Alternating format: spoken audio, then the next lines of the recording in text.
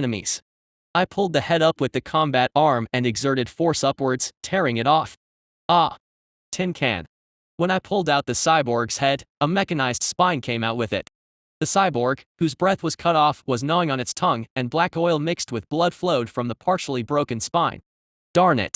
The grenadier, who had been blankly watching me kill my comrades, finally snapped out of it and turned the muzzle of his multi-purpose grenade launcher towards me. There's no way in hell I'm going to let the enemy hit me with grenades when I have kids next to me. I threw the cyborg head I had in my hand at him. Even though his skull was coated with steel, it was like a blunt weapon in itself. I threw it with a Morse's powerful strength, so there was no way he could avoid it. Cakewhack. The cyborg's head struck his shoulder. He screamed and dropped his weapon. "You son of a..." With a broken shoulder, he spat out curses full of anger and ran away. Instead of tracking him, I checked the condition of number 26 and ADHA. Number 26 didn't seem to have any serious trauma. "ZZZZZZZZZZ, are you okay?" "Yes." "Check on the little one, not me." As number 26 said, ADHA was lying on the ground in an uncomfortable position after being hit by the enemy's net. I used my nails to cut the nets. "Great young one, thank you." "ZZZZZZZZ, any injuries?" "Mine." "Injury?" "Mine are okay." On ADHA's blue scales, there were thin wounds in the shape of a net all over, and since ADHA didn't have recovery-related traits, it would take some time for it to fully recover. I should give the grenadier to ADHA. If it devours the grenadier, ADHA might feel a bit better. After confirming their condition, I checked on William. He looked at us with a subtle expression, unsure whether to be happy or not. Either he dies from the enemy or lives as my slave, there's only one choice. In any case, ADHA was slightly injured, but there were no fatal injuries. I called number 26. "ZZZZZZZZZZZZZZZZ, if you go over there, there's another prey." "Another prey." "ZZZZZZZZZZZZZZZ, one is alive and one is dead." "I should just eat the dead one, right?" Having been with me for a long time, it quickly understood. I petted it to convey the meaning and then chased after the fleeing enemy. The end of the hunt is approaching. Hawk, hack, hack. Hope held onto his broken shoulder as he ran. In a different mission, the container covers that would have provided a sense of security seemed different today. Huh. Feeling someone looking down at him, Hope turned his head in alarm. Despite frantically looking around like a madman, there was nothing on top of the container. Then, a sound of wind came from behind. The sound resembled the rotation of a fan, but it also seemed like the flapping of a giant animal. Hastily turning around, the spot was empty. Trembling, Hope released the weapon he had on his back and grasped it in his hand. It was a Gauss rifle he had purchased for his own safety to protect himself. I need to change the ammo. Even if hit by a grenade, that monster wouldn't die. Hope thought. That without armor-piercing rounds, there was no way to win. KK, you bastard. Because his right shoulder was broken, he had to change the ammunition with his left arm only. Hope, who barely loaded armor-piercing rounds, held the Gauss rifle with his left arm. Hope thought. The numerous obstacles here were unfavorable to him. This guy could fly. He might be watching him from a high place. I need to get out of the harbor zone. The car Jeanette set up at the harbor's boundary. Escaping with that car was the best option. Having set his goal, Hope ran away again. He heard the ominous flapping sound in his ears again, but he ignored it. In a normal situation, he should report to see Hyun Yujin right away, but Hope was not in his right mind at the moment. Though he had experienced various battlefields, he had never seen a monster that pulled out the neck of a living comrade and threw it as a weapon. The people who could have helped him recover mentally by having a comrade were all dead. Is this the right way? He kept running, but there was no sign of the fence at the border. Only similar-looking containers were visible. Due to pain and fear, Hope found it difficult to confirm if he was on the right path. No. It will be right. It will definitely be. Huh. Encouraging himself like that, something other than a container finally caught his eye for the first time. It was not a container, but Jeanette, whose entire head was covered in blood, leaning against a container. Her once proud goat horns were completely broken, and her white hair, originally red, was now dyed a deep red with blood. Jeanette. Ugh, ugh. Hope. Hope hurriedly ran over and hugged her, who was leaning against the container. Up close, her injuries were more severe than he thought. A significant portion of her scalp was damaged, revealing white bones. A-, are you okay? Chew quickly, report to Miss. Upon hearing her stuttering words, Hope recalled what he needed to do. He quickly took out his communication device. Hey. You can't die too. Snap out of it. Ha. To see you as the last person in my life, damn my life. With a disappointed voice, Jeanette mumbled. Despite the situation, Hope was about to respond to her usual reaction. Are you crazy even in a situation like this? KK, damn it, if you were. Before she could finish her sentence, something black descended from above the container and grabbed her head. A shadow-like hand pulled Jeanette upwards. Following that, along with the sound of grinding flesh, blood splattered from the container. Jeanette's trembling legs relaxed and her pants were soaked with blood. Hi, hit. Hope, without even thinking about counterattacking with the Gauss rifle he held, ran away. His accumulated training, expertise as a specialist in chemical weapons, and numerous experiences in killing had no meaning in this abnormal situation. All he could do was run away like a child. In this desperate situation, perhaps the heavens bestowed a miracle upon him. The boundary of the harbor zone came into view before his eyes. He discarded the Gauss rifle he had been holding to run away as fast as possible. Huff, huff, huff. While running, his broken shoulder shook violently, but overwhelming fear dominated his mind, so he couldn't feel the pain. Running with all his might like a track and field athlete, he quickly got into the car. Fortunately, Jeanette had already inserted the key into the car. Who could have known that the operation would turn out like this? He started the car. As the engine of the mid-sized sedan roared to life, he firmly pressed the accelerator pedal. Jeanette's car rushed forward like a launched missile. The stacks of containers in the harbor zone visible in the rear-view mirror quickly shrank. Hope sighed with relief. Finally, he had escaped from the hellish harbor zone. Now, let's contact. He should have contacted her earlier when his comrades were dying. Even though it was late, he picked up the communication device to inform Si-hyun Yujin of the situation. With his left hand holding the steering wheel, he reluctantly used his right hand to input the message. Perhaps due to the broken shoulder, his hand and arm didn't move well. Barely managing to send a message to the designated number, Hope glanced once again through the rearview mirror to confirm if anyone was chasing him. Beyond the mirror, a small object near the harbor's boundary caught his eye. A small light flashed from the object and soon the car shook violently. The car with a flat tire lost control and moved uncontrollably. Hope urgently grabbed the steering wheel with both hands, but it was already too late. A utility pole was waiting in front of the mid-sized sedan. A loud crash echoed, and Hope flew forward through the car's windshield like a missile, describing a trajectory in the air. Then, the utility pole that collided with the car fell onto the car. Sparks flew from the camera mounted on the utility pole, and flames erupted from the damaged car body. Desperate to escape from this place somehow, Hope's body refused to cooperate. From behind him, the sound of glass being stepped on could be heard. It was it. The monster had followed him. The one who had followed Hope through a long object in front of him. It was a sniper coil gun that Hope's comrade, Dwayne, used. True mercy is not seeking revenge even if you can. A voice of a woman, unfamiliar to him, came from behind Hope, who was lying on the ground. The voice sounded peaceful, as if devoid of any highs and lows. But it was undoubtedly the sound emitted by the monster that slaughtered his comrades. I am not merciful. It grabbed him ruthlessly. No. Don't do this. Spare me. Spare me, please. I was wrong. Hope pleaded, but only the sound of the wind escaping his broken jaw echoed from his mouth. Ignoring his plea, the monster grabbed his leg and walked towards the harbor zone.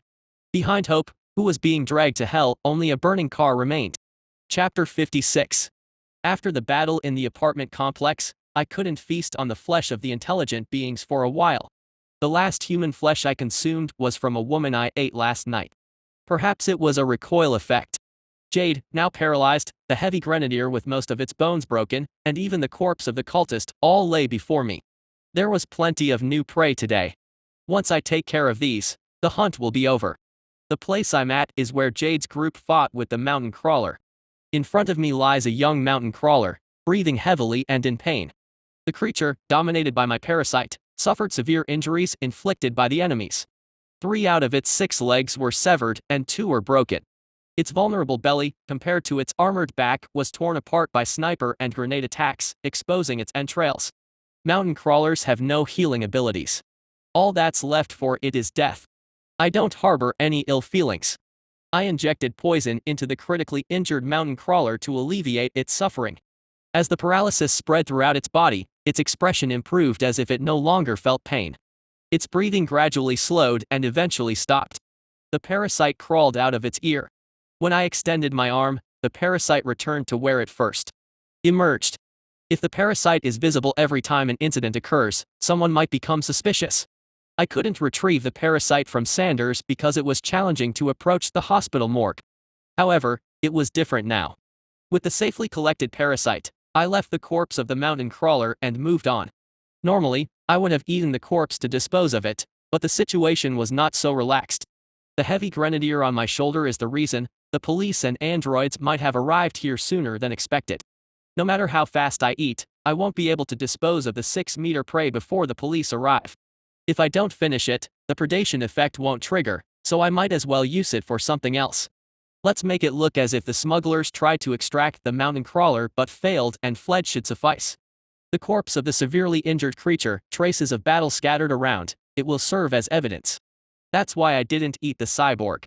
Its role is that of a smuggler who, unlike his colleagues, failed to make it out alive. I popped the severed cyborg head into the mouth of the mountain crawler corpse. This should be enough, right? Of course, the police will eventually notice something strange during their investigation. However, the likelihood that they would think there was another monster at the crime scene even unaware of my existence is slim. The already deceased smugglers will likely be the ones they try to locate. Alright, let's gather everything and leave quickly. The auxiliary system warned me that footsteps can be heard outside the harbor zone. I lifted the paralyzed heavy grenadier again. The next thing to gather is the corpse of the cultist. Avoiding the direction where the police and androids are moving, I collected the cultist's corpse first and then returned to where the kids were. During my absence, number 26 and Adha had finished their meal. I removed the reinforced suit from the headless sniper's corpse. I should take a closer look at this. Checking the enemy's equipment is crucial. Especially if it's information I'm unfamiliar with, I need to confirm it quickly. If it's not an artifact-grade reinforced suit, we need to be prepared for mass production. With the reinforced suit in hand, I picked up Jade, who was still paralyzed. Having 4 combat-ready arms really comes in handy at times like this. I can carry a person on each arm. However, it seems different in the eyes of others. Seeing me, carrying 3 people in reinforced suits, number 26 called me out. Do you need help? I was about to say I'm fine, but looking at the size of the creature, I changed my mind. It should be able to carry the reinforced suit. When I handed it to number 26, it extended its tentacles and wrapped the reinforced suit around itself. The creature, which had tucked its tentacles away, also pulled out fins hidden in its body. The creature moved its fins a few times, walking back and forth to test, and then emitted light as if to indicate that everything was fine. Alright, let's go. Honestly, I was expecting growth in combat capabilities, but it seems like it has also grown impressively in utility. A remarkable fellow. I wanted to pat it, but I refrained, fearing it might drop the reinforced suit. It seemed to understand my intention and emitted light as if accepting my feelings. After finishing the arrangements and before returning to the nest, I instructed William for cleanup. With the mountain crawler's corpse and traces of smugglers, manipulating the situation shouldn't be too difficult for William. Besides, as far as I know, William has been chasing smugglers in the harbor zone from the beginning. The police won't find it strange for someone like him to be here in the early morning. Understood. After giving instructions to William, I, along with the kids, headed back to the nest. And so, the dawn hunt came to an end. On the way back home, we didn't encounter any enemies. The police's attention was concentrated around the central area of the harbor zone, so the outskirts were less guarded than usual. Thanks to that, we could easily enter the underground. Upon arriving at the nest, I set Jade and the heavy grenadier down. It didn't matter if we stayed a bit longer due to the neurotoxin gas, they would die before suffocating us anyway. ZZZZZZZZZZZZZZ, this prey is yours. Adult. Thank you. I handed the heavy grenadier over to Adha. Although the paralyzed one looked at Jade with a pitiful gaze, he couldn't do anything. He could only watch his comrade's fate with sad eyes. Ugh, ugh, ugh. Adha spread out a mass of tentacles that covered his face. The small, pointed teeth attached to the ends of the long and thin tentacles mercilessly dug into various parts of the heavy grenadier's head. As the tentacles moved like sucking up a drink with a straw, they forcefully drew blood. Perhaps because it's a Galagon hatchling, even after eating one person, it seemed like its stomach wasn't completely full yet. Number 26 seemed uninterested in Adha's meal. It appeared to be already full.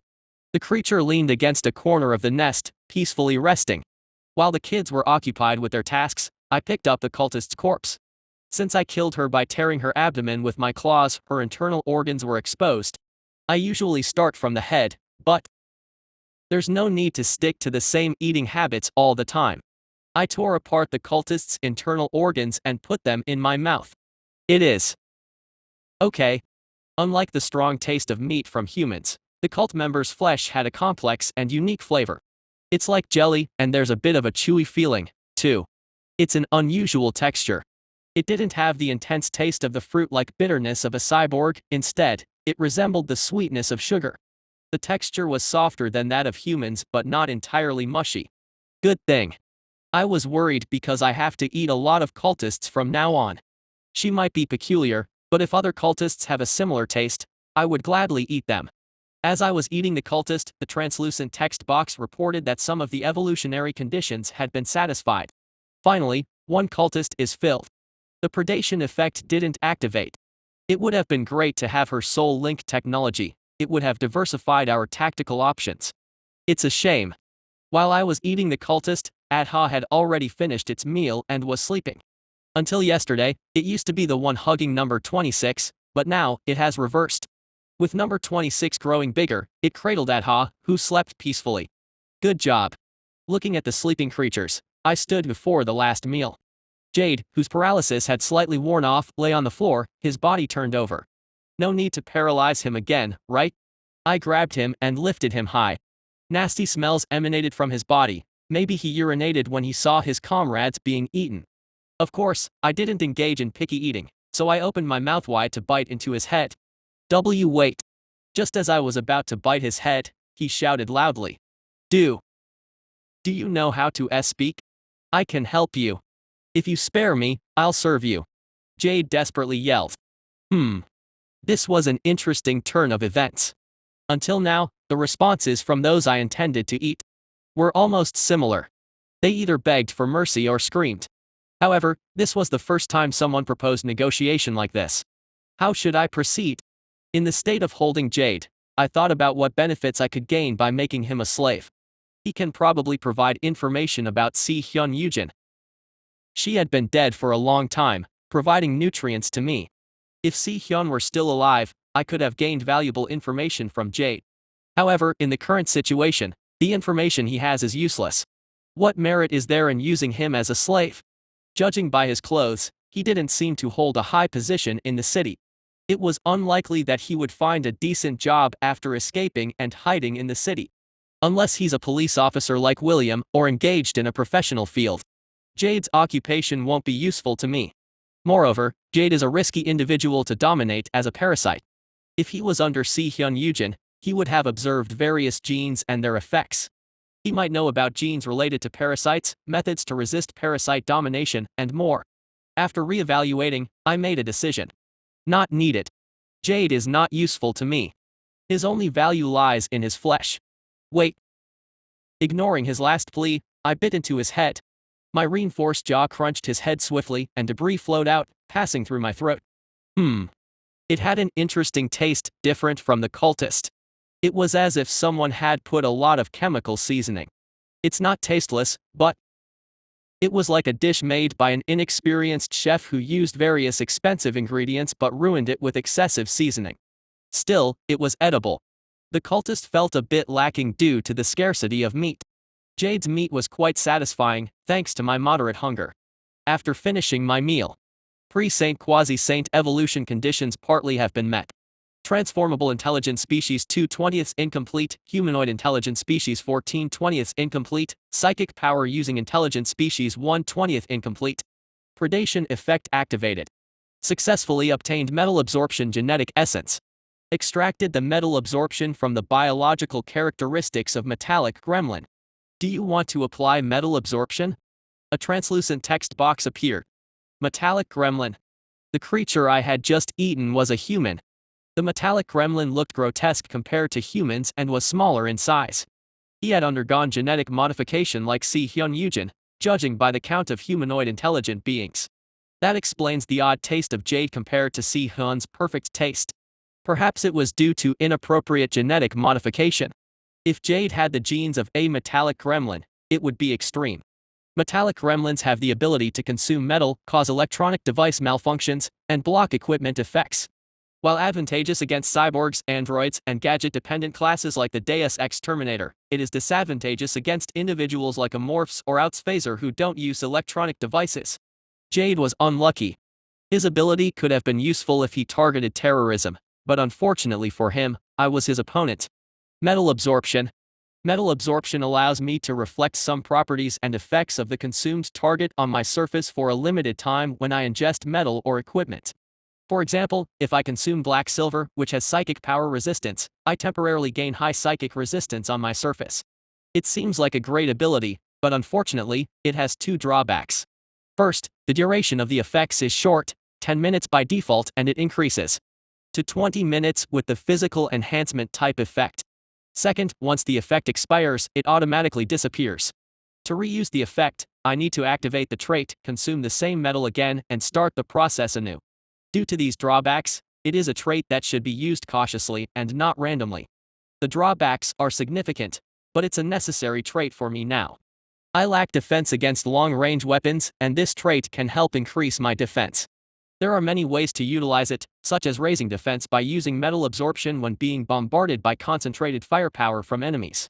Metal absorption is categorized as a physical enhancement trait. Currently, I have a total of 12 physical enhancement traits. Obtaining metal absorption will make it 13. In other words, it's time to try out the transcendent system. With an excited heart, I accepted the application of the new trait. Chapter 57. I applied metal absorption, but there wasn't any apparent change in appearance. This time, the transformation occurred within my body. The internal organs seemed to heat up, but it quickly settled down. Now, activating metal absorption and consuming metal would allow me to apply the inherent properties of that metal to my exterior. Should I give it a try? My nest is located in a secret underground passage, constructed entirely of sturdy alloys. With the trait activated, I used my nails to scrape the wall.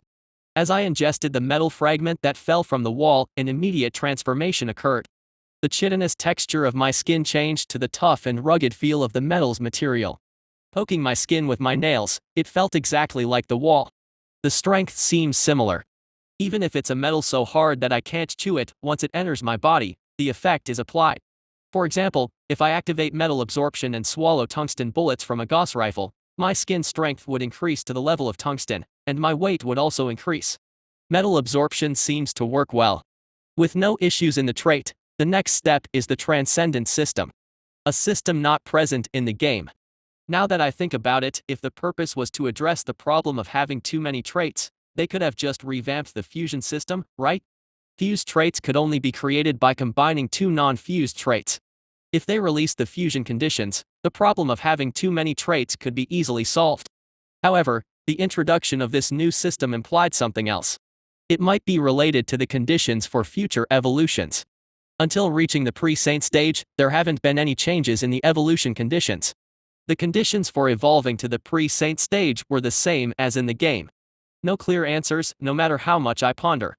Let's try it first and then think.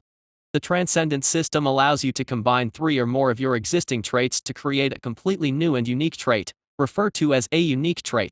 Available trait list: chitinous exoskeleton, reinforced exoskeleton, enhanced reflexes. Note, it's important to be aware that not all combinations will result in advantages, and there may be potential drawbacks. Let's use the transcend system. I replied affirmatively to the last text box asking for my intention. As soon as I responded, slimes flowed out of my body, just like when I evolved. What's this? The slime solidified instantly, enveloping my entire body. Once again, a semi-transparent text box appeared. Transcend system activated. Acquired the unique trait perfect organism. Applying the trait. This kind of event was completely new and somewhat bewildering. Typically, when acquiring a new trait, the entire body doesn't undergo such a transformation, except when advancing to the next stage of evolution. Is this a trait surpassing evolution? Thanks to this, I realized an important point. Unlike other traits, those obtained through the transcend system seem to be created first in the form of a GUI state before being applied. If I had accepted the transcend system in a place other than my nest, I could have faced significant danger. I need to be cautious from now on.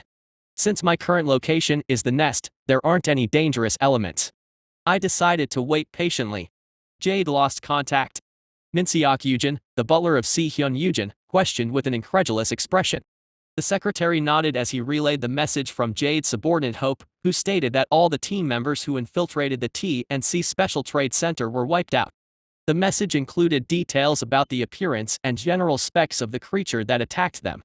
All the members perished against an unidentified creature. No matter how many times Minseok checked, the recorded message wouldn't change. This sudden turn of events left Minseok sighing. Mrs. Condition hasn't been good lately. Originally, Si-hyun was like a machine with worn-out emotions due to the emotion dulling modification during the shadow-making procedure. Moreover, most of the emotional displays she showed were acts, given her long history of working as a spy and assassin under the command of Akira Yujin. However, the clone Si-hyun, born after her resurrection, was different. Their owner had been haunted by nightmares ever since her resurrection. Although Si-hyun had never directly mentioned the dreams, Minseok speculated that they were related to the entity that killed her. Miss is afraid of death. A replacement clone for her doesn't currently exist. Cloning is not an easy task, and the cult's technique of transferring souls is a time-consuming process. If she dies this time, it would truly be the end, making it a situation frightening enough even for Si-hyun, who possesses formidable power. However, Minseok shook his head. We can't delay the execution of justice for trivial emotions. Si-hyun is the rightful heir of the Yujin family and the irreplaceable ruler. Even thinking about the followers she leads, she must follow the will of Youngwoo Yujin. In fact, Si-hyun hadn't completely ruled out the possibility that her clone might behave differently from her expectations. Minseok had already received instructions on how to handle the situation when the clone was created. If the clone reacts negatively to Jade's death, for example, if she refuses to go to the space city, Minseok would have no choice but to use force. I hope I won't have to resort to such methods. Minseok glanced briefly at the safe in the secretary's office. After a moment of contemplation, he decided not to touch it. I'll handle the report. Understood. The secretary nodded. Leaving the secretary's office, Minseok headed to the laboratory. When he arrived, the researchers silently lowered their heads as he gestured. They quietly left the laboratory upon his signal. Only he and his owner, Si-hyun, remained in the laboratory. Si-hyun, in her newly genetically modified state, was floating inside an experimental tube. Her appearance had become much more bizarre than before. Her originally flawless, pure white skin now looked rough and tough, akin to an animal's hide. Additionally, a sharp horn had grown on her left forehead. Minseok called to his owner, who had closed her eyes. Miss, I have something to report. What is it? She opened her eyes. Her left eye had been replaced with an animal eye, giving an eerie feeling. I received an urgent message that the communication with the individuals who infiltrated the T&C Special Trade Center, led by Jade, has been lost. Communication lost with Jade? She frowned, seemingly surprised by Jade's unexpected death. He's an individual who underwent genetic modification with metallic gremlin genes. It should be difficult for ordinary police or androids to eliminate him. According to the emergency message from Jade's subordinate Hope, the entity that wiped them out was not a human. Could it be that Galagon has already taken action? Checking through our information channels, it doesn't seem to be the case. Jade's team seems to have been attacked by an entity completely unrelated to our plans. An unrelated entity. The complete annihilation of Jade's team in the operation was a setback, but the fact that the enemy was not related to Noble Capital was somewhat fortunate. What do you plan to do now? Si-hyun fell silent in response to Minseok's question. If the council meeting was cancelled, obtaining new information about the next meeting would not be easy for her. Being reported as deceased limited her ability to gather information actively. While she could instruct her subordinates to gather information, the gap between the information she obtained while with Akira and what her subordinates could gather would be significant. Therefore, missing this council meeting would make it nearly impossible for her to seize the opportunity to collectively eliminate Noble Capital in the future.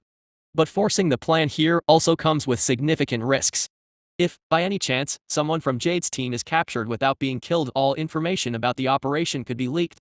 Interrogation by Noble Capital is beyond imagination, and even agents trained with high intensity would not withstand it.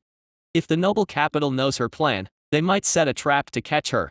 I need to know who the enemy is. Minseok mentioned that the one who annihilated Jade's team was not human, but both she or he knew it. The one who annihilated Jade's team was a formidable existence. Although Jade's team was a dispatch team preparing for a terrorist operation and had relatively low combat power, their annihilation was not an easy feat. Therefore, if the enemy who annihilated them was related to noble capital, that possibility of her plans getting leaked was highly likely. To confirm, she asked Minseok, who is the one who annihilated Jade's team. He's an unidentified creature that has not been discovered until now. I'll display the last message Hope sent. Minseok inserted a data chip into the terminal next to the experimental tube. After a moment, a holographic message window appeared on the surface of the experimental tube. The moment she read the message, her pupils dilated. As if being electrocuted, her body trembled violently. Devices inside the laboratory started shaking, and the experimental tube she was in began to crack. The psychic power she possessed and the owner's disturbance were affecting the surroundings. Eventually, the experimental tube couldn't hold, and it shattered. Simultaneously, surrounding devices were swept away, and Minseok was thrown backward. Ugh! It's him. That guy is in the city. After breaking the experimental tube, Si-hyun shouted. Her expression seemed to be tinged with fear, yet she also looked pleased. Miss! Seeing her react more violently than expected, Minseok was also bewildered. Si-hyun, who sent her subordinates, even the butler flying, didn't know, but she couldn't overcome the unfamiliarity felt from the clone's body. What Si-hyun didn't know was that even though she maintained Si-hyun Yujin's thoughts and habits, her inner self was gradually changing from the original. One of the factors making her different from the original was the nightmares. The memory of being killed by an unknown monster on the research ship. That memory haunted her every day in nightmares. She knew. Until she confirmed his death, she would never be stable. But in this vast universe, searching for a monster whose identity was unknown, and whether he was alive or dead, was nearly impossible. Even if she ordered her subordinates to find him, it was uncertain how long it would take. So, her nightmares were destined to become an incurable disease that she would have to live with for the rest of her life. If it weren't for the message she saw today, it would have been like that for sure. This time, I will definitely kill him. Having finally seized the opportunity she longed for, she smiled with exhilaration. Complete integration of the perfect organism trait has been accomplished. The application time for the transcendence trait was not as long as evolution, taking approximately between 2 to 3 hours. I tore through the cold, torn cocoon and stepped outside. The slime that was inside the cocoon poured out like water bursting from a burst water balloon. I brushed off the slime and the cocoon shell from my body and stretched. The ceiling of the secret passage, which was about 5 meters high, felt closer than before. I lowered my combat arms and checked. The external appearance of the combat arms had changed significantly from before. In general, all 4 arms now had a structure similar to human arm bones with attached muscles. Compared to before, they had become about 1.5 to 2 times thicker. The shape of the hands had also changed. The fingers at the ends of the combat arms attached to the upper shoulder were so gigantic that they could be considered pincers. The left arm, which was responsible for the spine projectile organ, had thickened and become more monstrous, resembling a cannon. The size of the small fingers at the end had also increased in proportion to the changes in other parts. Perhaps due to the increased size, the small arm that was on the chest had now grown to the size of a 7 to 8-year-old child's arm. With this size, it would be possible to hold and shoot pistols comfortably. The outer covering that enveloped the chest, back, and head had also thickened significantly, reminiscent of the armor of a tank. I wondered if it had gained enough weight to fly with wings in the future. Too much change. While the overall shape itself did not change much from the appearance of an entity influenced by the physical enhancement type, there were considerable changes in detail. I opened the text box to confirm the explanation for the changes. Race: unidentified aggressive space morph. Status: pre-saint. Objective: survive, second evolution successful. Possess traits. 1 physical related, applied type, wings, chitinous exoskeleton, regeneration, fusion, neurotoxin glands, fusion, reinforced exoskeleton, acidic blood, enhanced reflexes, mimicry, serrated tentacles, contamination organ, spine projectile organ, predator's claw. Metal absorption, perfect organism, unique. 2 psychic related, predator sense, fusion, human nature, monster's tentacles, and clairvoyance, psychic resistance. 3 infection related, parasitic colony, fusion. Type: physical enhancement type. Perfect organism, your physical body is optimized for slaughter and evolution. It enhances the effects of the possessed type. It instills intimidation in all sentient beings. You can evolve once a day into the symbol of hunt. Symbol of Hunt increases the probability of predation effects significantly during application. Enhances the effects of all possessed traits. Gains resistance to all types of attacks. The duration is 10 minutes. Caution, in the state of the perfect organic being, the traits of concealment and flight cannot be used. Note, evolution has no end. A new message has arrived. What is this? As soon as I activated the text box, numerous characters greeted me. Chapter 58. This feels unusual. None of the traits I'm familiar with undergo such long and complex changes. Especially at times like this when it's reality instead of a game, I need to check it thoroughly. I meticulously examined the changes in the text box as if checking a contract. As I expected, the Transcendence system is related to evolution. It was written as Transcendence Level 1 in the parentheses next to the pre-saint. The details would probably be known after evolving into a quasi-saint, but it was speculated that the conditions for further evolution were related to transcendence. The problem is, two of my most important traits got sealed. As I had suspected right after the change, the heaviness felt throughout my body made it difficult for me to use wings. It was regrettable that the first trait I obtained and the trait that played a crucial role in many important battles was sealed. Moreover, not being able to use the mimicry organ is painful. I activated the mimicry organ, but there was no reaction from the small holes in my body. Upon closer inspection, most of the holes were sealed by the thickened outer layer. Some holes remained, but their shapes had changed slightly. Come to think of it, there was an expression in the system message saying that the perfect organism trait instills intimidation in all sentient beings. The effect of perfect organism includes instilling fear into sentient beings. Perhaps the pheromone that gives off that aura of fear works by covering the pheromone produced by the mimicry organ. N a chemical substance as a scent that is produced by an animal and serves as a signal to other individuals of the same species to engage in some kind of behavior as mating. In space survival, there are various types of traits, equipment, and skills, but among them, there are things that can restrict other abilities. In line with the game's emphasis on reality, restrictions operate with logic that is realistic and understandable, rather than outright prohibition. For example, AP bullets contain substances that block the flow of psychic power, preventing the use of the opponent's psychic power in a certain area for a certain period. Getting the perfect organism trait and having some of the existing traits sealed should be seen in a similar context. The reason the wings are unusable is that the weight of the body has increased significantly, and the reason the mimicry organ is unusable is that the organ has changed to generate a new pheromone. Then, how about imitating voices? Just in case, I tried producing a voice with my mouth. Good. Gurgling. I can gurgle. A voice came out, but it wasn't as perfect as before. It sounded strange, like a voice from a broken recorder, and the distinctive growling sound of the amorph was mixed in.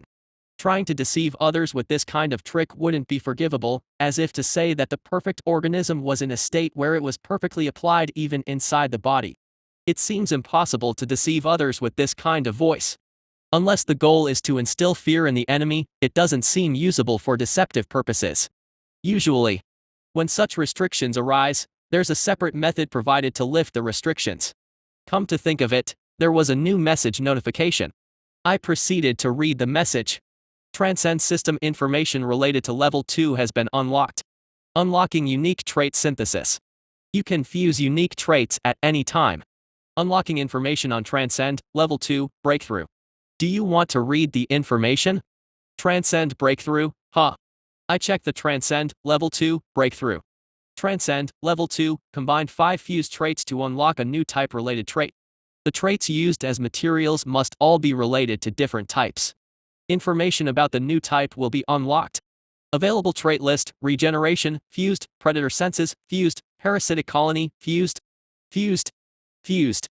Additional reward: the golden restriction from Transcend Stage 1 will be lifted. Note, the traits used as materials for the breakthrough can be replaced with other traits. Please keep this in mind. /N golden restriction is caused by him evolving to Transcend Level 1 where he cannot use some of his traits which has already been mentioned above.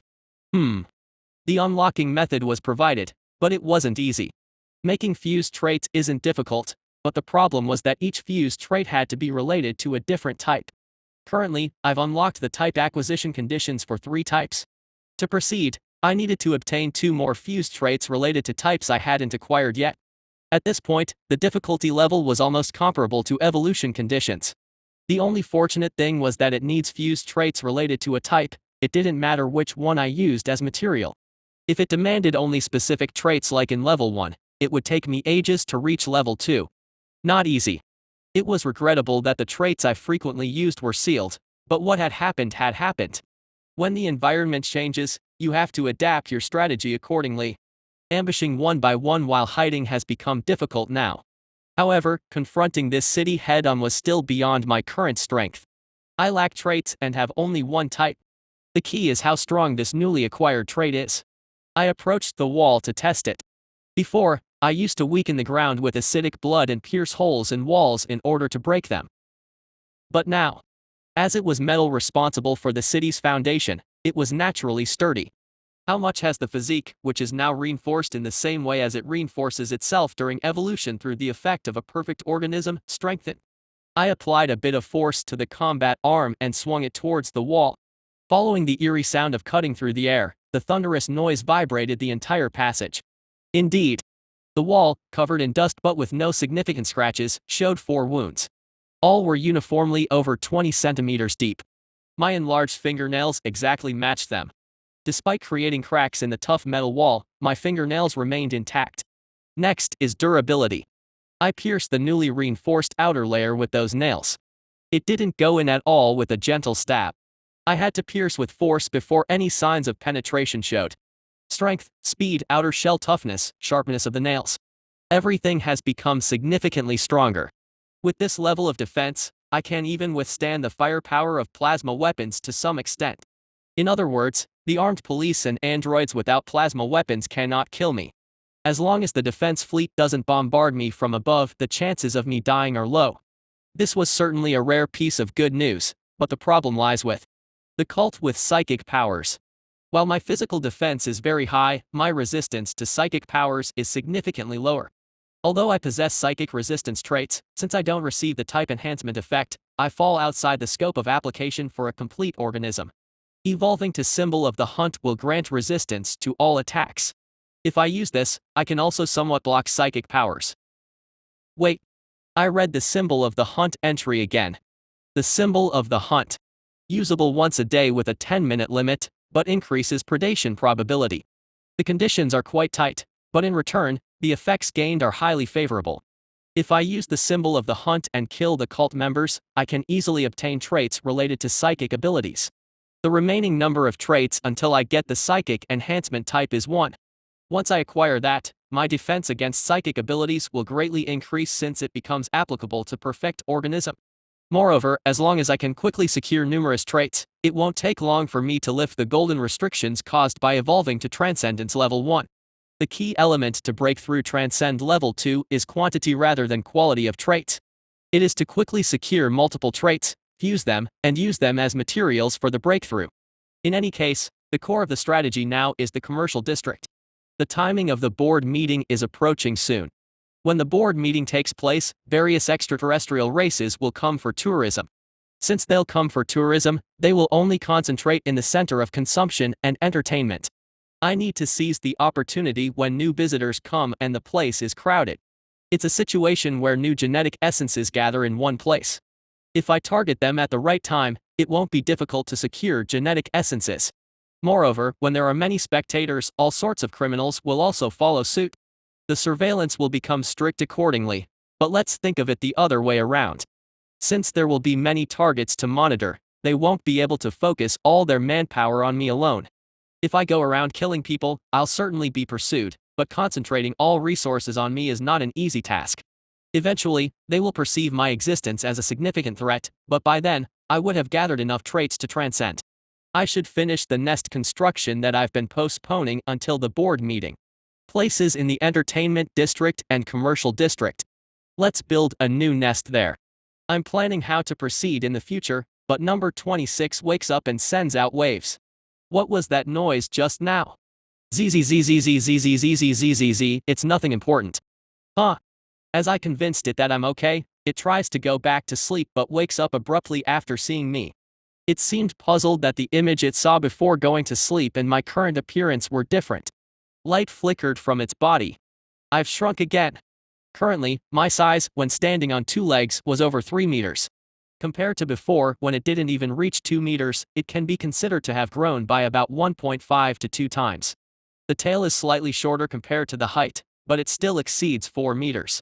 Since I grew like this while sleeping, it's not unreasonable for number 26 to be mistaken. ZZZZZZZZZZZZ, you've not shrunken. I've grown. Already. You didn't eat much, did you? The now smarter number 26 asked. I gave it a brief answer. ZZZZZZZZZZZZZZZZZ, not a baby anymore, that's why. Big kids grow up quickly. It's fascinating. Seemingly satisfied, number 26 didn't ask any more questions. Meanwhile, Adha also woke up. Seeing me, it jumped up from its place as if surprised. Surprise. Surprise. ZZZZZZZZZ, what happened? Adult. Cool. ZZZZZ, thanks. Adha seemed to really like my changed appearance. It behaved like a puppy that wanted to play, looking at me, then turning in place and looking at me again. At the same time, the wings on its back swayed gently, showing a strange movement. Adult. No. Unnecessary. Huh. Adult. No. Needed. No. No. No. It seems Adha really likes me. While I was silent, number 26, who was beside me, extended its tentacles and hit Adha's head. Pain. Big kids can't lay eggs. Grow. Egg. Possible. Even small ones can't lay eggs. Pain. With those words, number 26 hit Adha once more. After being hit twice, it finally came to its senses and stopped turning around, becoming quiet.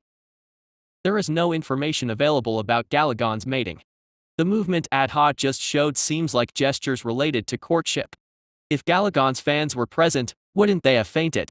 Honestly, I'm quite interested in how Galagons reproduce. To evolve, I need to kill a lot of Galagons. Understanding how they reproduce and grow would be a great help in evolving. Well, that's something to think about later. Dealing with Galagons is a story for much later. Right now, building the nest is the priority. ZZZZZZZ, going out for a bit? Building the nest? ZZZ, yes. I'll come with you. ZZZZZZZZZZ, it might be boring. I'm okay. Come. Too. It seems both number 26 and Adha want to come along. I don't really need to leave them behind, do I? I took them with me to work on building the nest. When I had just completed building 2 new nests in 2 places in the entertainment district, I sensed a familiar wavelength. The parasite I implanted in William sent a signal. What's this? There are still a few hours until I can change the parasite. He shouldn't be dead by now. As I suspected, the signal from the parasite wasn't about William's death. Suicide attempt? To be precise, he wasn't dead yet. According to the parasite's signal, he was currently moving rapidly towards a location in the commercial district while in a state of unconsciousness. Hospital. Could it be? Only then I understood what William was up to. He is trying to reveal the presence of the parasite through a thorough examination at the hospital. The fact that the parasite came out of Sanders' body is known to a considerable number of police officers in the detective team. I instructed William to interfere and prevent the police from connecting the parasite and Sanders' death. Thanks to that, the police were no longer interested in the parasite and were just keeping it in storage. But what if the same parasite is found in William's body at this point? They definitely won't stay quiet. There's tracking technology among the psychic powers of the cult. The parasites have an organ that generates signals for communication with me. If they understand that organ, they might use the cult's tracking technology in the administrative district to trace me. William couldn't have known all this. However, it was clear that he did something to resist me. I should go check out the hospital. It seems that I might need to advance my plan to conquer the commercial district. Chapter 59. 6 p.m., the port district of the T&C Special Trade Center. Normally, this would be the time when workers in their uniforms diligently moved around, but today was different. Instead, soldiers from the naval fleet and police from the security team were out in force, waiting in the port district. The head of the Eden family is visiting earlier than originally planned. There must be no mistakes. Of course, Administrator Layla Chemblin, the de facto ruler of the city, nodded silently in response to the crisis management team leader's answer. While the head of the Eden family was known to the public as the Black Lion, displaying his bravery within the upper echelons of Megacorp, he was treated slightly differently. Layla defined Denver Eden, the noble of Mars, in this way. TL/N Chamberlain changed to Chemblin. Eccentric. Generally, humans from the noble capital and the prime capital were not kind to those below them. They either treated them as slaves or as possessions, like Akira Eugen, or in a businesslike way like Layla. Among the elites who enjoyed popularity among the public, the head of the Eden family was the only one who could be considered different. Thanks to him, we're the ones suffering. Layla maintained a poker face outwardly, but inside, irritation and anger were building up. Originally, Denver was scheduled to come 2 days from now, the day before the council meeting. However, Layla had received intelligence that Denver was coming to the city earlier than planned. Enjoying a surprise show, isn't he? It was clear that he had orchestrated such a move to showcase his uniqueness to the public. But she couldn't just leave it for him to come anytime. If she treated a popular guest like him poorly, the citizens would start pointing fingers at Layla, and if that happened, her father, Samdam Chemblin, would be greatly disappointed in her way of handling of the situation. Cunning bastard. While Layla suppressed her frustration and anger, on the other side, police officers from the security team gathered for a meeting. Security team at the port district, is everything cleared?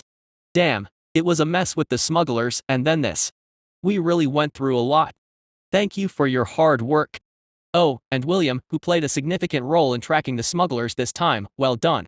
If it weren't for you, we could have embarrassed ourselves in front of an important guest. Haha. Thank you. Well, as the head of the Port District's detective team, you're still here for now, but soon you'll hear good news. Look forward to it. While William received congratulations from everyone, his inner discomfort was unmatched. They didn't know anything. They had no idea about the grave danger the city was currently facing. Eden. In the past, William was a soldier. He had served not in a regular crisis management team but in Denver Eden's direct secret unit, where they experimented with new Hulk mutants. It was where they demonstrated the improved Hulk mutants. The idea of improving the Hulk mutants was essentially a declaration of competition with the Eugen family. Therefore, Denver had devoted great effort to maintain the confidentiality of the project. As a result, everyone in that unit was given a disguised background. William, on paper, was recorded as working in the crisis management team under the Eden family. However, in William's opinion, Denver wasn't a bad person. Rather, he was surprisingly decent, close to humane, unlike the other ruling class of the Megacorp. Officially, Denver denied the existence of the secret unit, but he secretly took care of the people in the unit, providing them with assistance or support. If it weren't for that incident, William and his colleagues would still be working under Denver. If that damn bastard hadn't experimented and fooled around with the specimens. One of his comrades from the secret unit betrayed Denver. He escaped along with the prototype of the new Hulk mutant and disappeared. Fortunately for Denver and William, this information was not relayed to the Eugen family. However, due to the need of maintaining confidentiality, the unit was disbanded and William and his colleagues each went on to live their new lives. Only if His Highness still remembers me. If he could convey the situation he was in to Denver, perhaps he could resolve and fight against the existence threatening this city. While William was lost in thought, suddenly alarms echoed from speakers installed all over the earth. It was a signal that a ship was entering. In response to the signal, the dark sky above the port district momentarily flickered. The hologram was affected as the double-layered shutters at the port district operated. Subsequently, a crack over 200 meters in the sky appeared. A colossal warship emerged as the massive shutters opened, showcasing its grandeur. The state-of-the-art warship was adorned with a golden trim on a white base, reaching an astonishing size of 700 meters in length and 100 meters in height, visible even from the Earth's borders. Thanks to the light pouring from the dome-shaped ceiling lights, the warship resembled a hero's ship from ancient myths. Finally, a new model after 5 years. Muttered Layla as she saw the warship for the first time. The warship descended at a slow pace and landed on Earth. Following that, the ship's doors opened and individuals clad in silver armor reminiscent of medieval European knights walked out. They were Eden's Archangels, a well-known unit within Megacorp. In reality, what they wore were not actual armor but advanced reinforced suits colored silver. Despite being far from medieval or traditional, Denver intentionally styled them like that due to his emphasis on image. So ceremonial. Layla clicked her tongue, But at least from a civilian perspective, Denver's decision seemed to receive considerable approval. This was because all the soldiers and police officers on Earth were looking at the archangels with longing eyes. The knights who disembarked from the ship stood in a row, leaving only the middle one. The knight in the middle and also the one wearing the thickest and largest armor was holding a flag with a lion depicted on it. He raised it high and shouted, "The great Lord of Mars and the Black Lion of Eden, Lord Denver Eden, has arrived." In line with his introduction, Denver descended last. In contrast to other knights, he wore black-based armor with gold decorations. He was the man who, unlike the others, had a sense of authority. Denver removed the helmet upon descent, revealing a man with black skin and white teeth.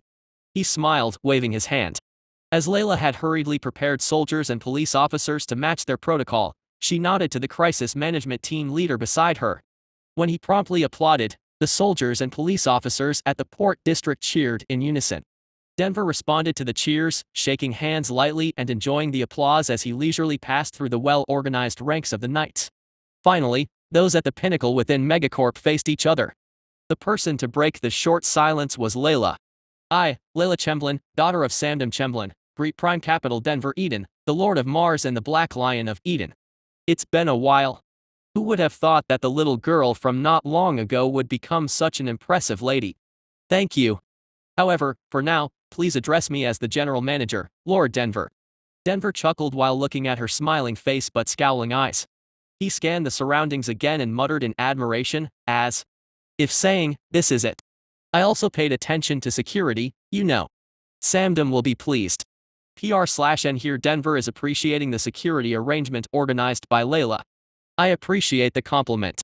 Give the reporters some time. That's why I brought the prototype battleship. The reporters are already waiting outside Earth Harbor." "Oh, really? Impressive." Denver nodded with an impressed expression. While Layla inwardly criticized his nonchalant demeanor, she didn't show it. "Someday, for sure."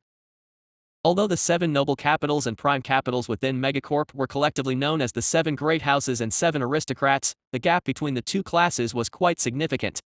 CEO candidacy was exclusively allowed for noble capitals, and prime capitals only had voting rights among the elders and the head of the family. However, the prime capitals still actively utilized their authority as the kingmakers also held considerable influence.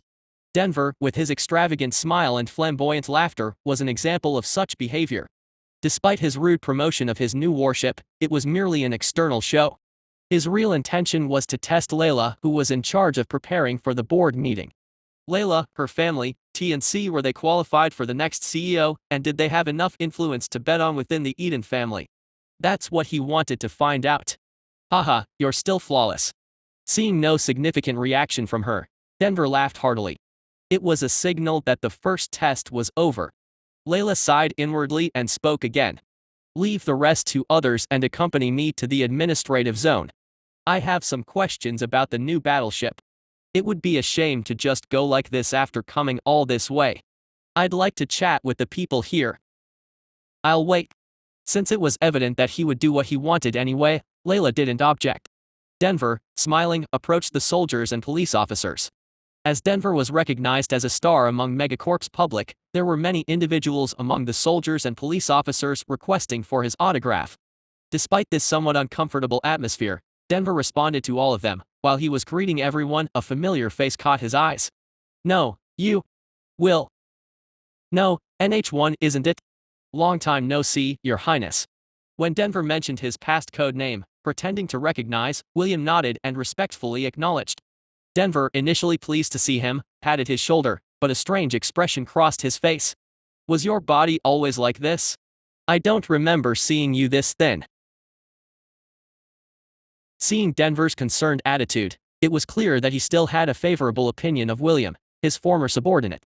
"If he's addressing me like this, he should understand the significance of my actions." William made up his mind. "Huh?" With those words, William pulled out a laser pistol and aimed it at his own abdomen. "Hospital. As far as I remember, there are 3 large hospitals in the space city that can treat serious injuries. One is in the administrative zone, while the rest are in the commercial zone. The hospital in the administrative zone is only accessible to 3rd capitals and above, so William can't go there. The signal sent by the parasite is coming from the commercial zone. Since the hospital and the station are close, it would be best to go through the subway line. Route is set, but the problem is that it's early evening now. Since it's the commercial zone, there would still be many people shopping at this hour. Being close to the hospital and station is good news, but it also means there will be a lot of people around the station, especially nearing the end of working hours. I have an active plan, but I don't intend to engage in a full frontal confrontation with the city. Moreover, killing people in the station would risk exposing the nest. But I still have some time. According to the signal sent by the parasite, William is currently in a serious condition due to self-harm. In that case, the medical staff would most likely try to prioritize saving him right now instead of trying to find the cause of why he tried to harm himself, and since that is the case, then the likelihood of extracting the parasite first will be low. But avoiding detection by the parasite may be difficult. Being hospitalized with severe injuries, there is no room for luck for him. Since the parasite keeps reporting, let's wait until nightfall. While waiting, I should think about how to infiltrate the hospital. The hospital William went to is the one where he was admitted after the battle in the former apartment complex. Back then, I didn't approach the hospital directly. Instead, I sent an infected armed police officer to bring him out. There are many androids in the Megacorp hospital. In Megacorp, doctors specializing in patients with serious injuries require genetic modifications, or those above prime capitals are handled by genetic modified specialists. Other than that, doctors deal with normal patients only when they board the ship. Since most patients are treated with medical capsules, androids take care of them instead of advanced personnel like doctors. It won't be difficult to fight since they're not combat models, but medical androids pose a headache in a different sense. Everyone should carry a call bell. When a medical call bell rings, it is immediately relayed to the central AI of the hospital, and appropriate measures are taken according to the AI's judgment. If I attack and the android rings the bell, the police and military will immediately be dispatched to capture me. Because of these difficulties, even in the game, hospitals are one of the difficult places to infiltrate. Even for me, who is adept at infiltration, hospitals are not places I particularly want to attack. Unless I have imp features or concealment features, entering is. As I think about concealment, a suitable method came to my mind. The high-grade reinforced suit obtained from the sniper in the harbor area. This suit is equipped with a concealment function. If I activate the suit and consume it, wouldn't the concealment effect occur? Although it is made of synthetic fibers as a base for easy modification, I mixed in a special metal to implement the concealment effect, making it applicable to my characteristics. The duration of metal absorption is more than 20 minutes. Originally, it should be 20 minutes, but as my body has further strengthened due to the state of perfect organism, it should have a duration of about 20 to 30 minutes. However, though 30 minutes is not a short period, the more I delay, the more disadvantageous it becomes as the surveillance network inside the hospital becomes tighter. If I want to deal with William quickly, I need to know the structure of the hospital first. Fortunately, I have a way to know the structure in advance without directly going to the hospital. I return to the nest in the commercial zone with the kids. ZZZZZZZZZZ, don't touch me. Going to the nest. ZZZ, yes. Be quiet. Don't disturb. Number 26, who had seen what I was doing in the spaceship before, understood and took ADHA with him, moving away from me. I don't need to spread the distance too much. It's just being considerate, so there's no need to point it out. I comfortably lay on the nest and rested my chin on the sticky surface. My auxiliary devices also touched the gooey surface of the nest. As always, I felt the sensation of floating in the air, and suddenly, like being sucked into a hole, I shot downward. It's a familiar sensation from the time of the link, as I've done this many times. Find the hospital. My auxiliary devices received my command to locate the hospital among the things on the ground. The first sensations that come to me are the sounds created by the city, footsteps of people walking, the sounds of people doing business in shops, and the chatter on the streets. The most noticeable sensations were the sounds produced by the city. The sensations that followed closely behind, like pursuing me, were related to the sense of smell. The smell of food from a restaurant, the smell of sweaty clothes from office workers, and the smell of still unpurified polluted air, and more. In a way, the commercial zone might be called the essence of this city. In the flood of sensations, I picked up the distinctive smell of the hospital, commonly associated with preservatives or disinfectants.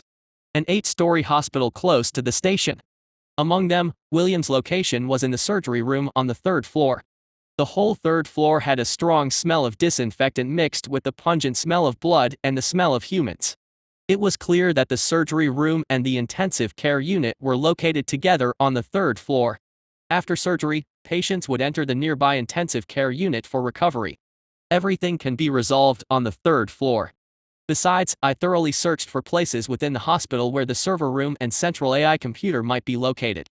The place where the most electrical signals were detected was the basement on the second floor. Alright. This should be enough. Having finally understood the overall structure of the hospital, I disconnected the link.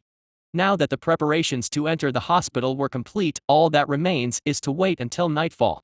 Before the day is over, William will die in my hands. Chapter 60. As the sound of footsteps above my head gradually diminished.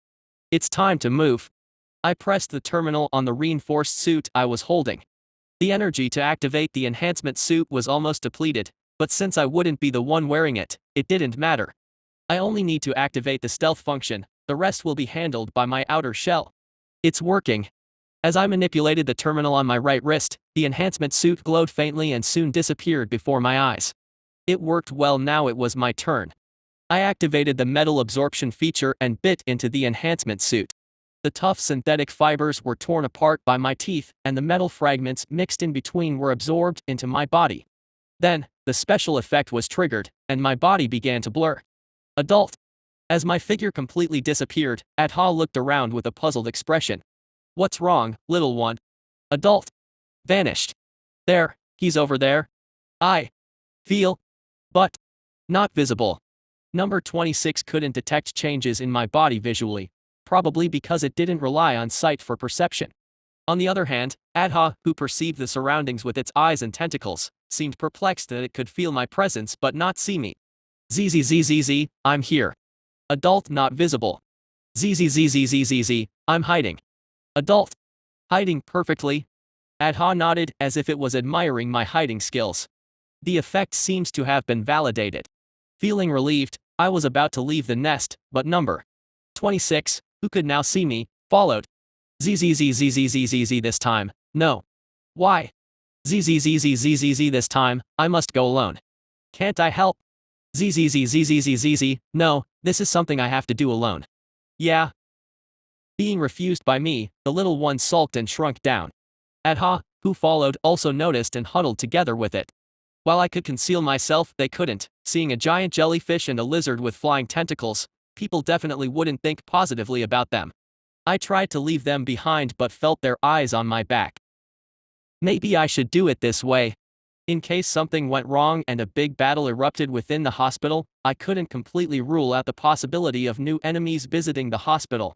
Given that the council move is imminent if something goes wrong, it's not entirely a bad strategy to keep them nearby just in case. Having made up my mind, I called them. ZZZZZZZ, follow me. With them in tow, I headed towards the hole connecting to the subway tracks. On the way, I explained the plan to them. ZZZZZZZZZZ, but you can't come with me. Yeah? ZZZZZZZZZZZZ, instead, wait for me where I told you. Like we did before? ZZ, yeah. I got it.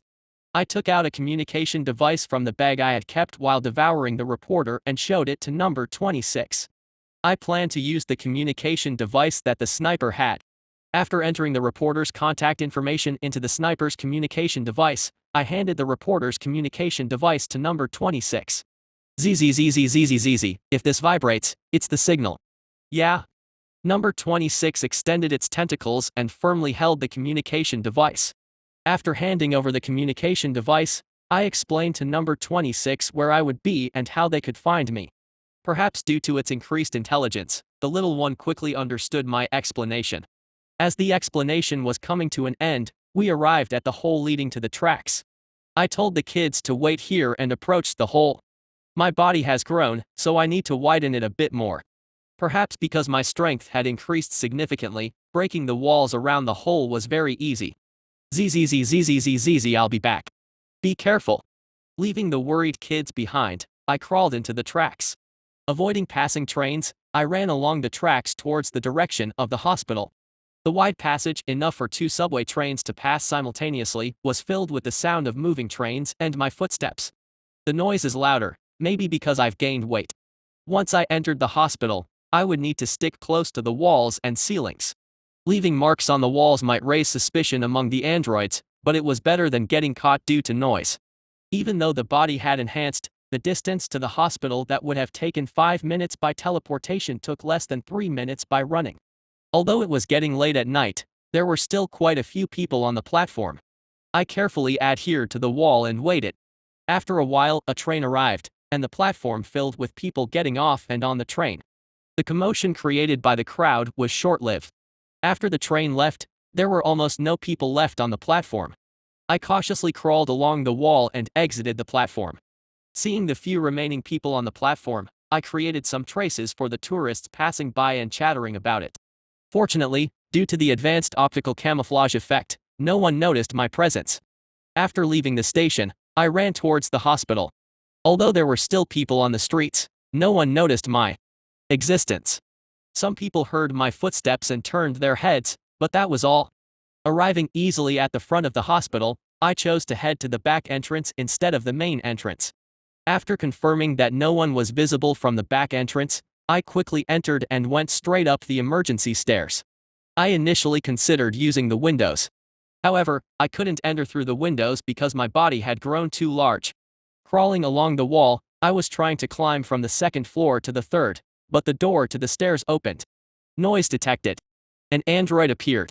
The moment it closed the door, my tail pierced through the android's head like lightning.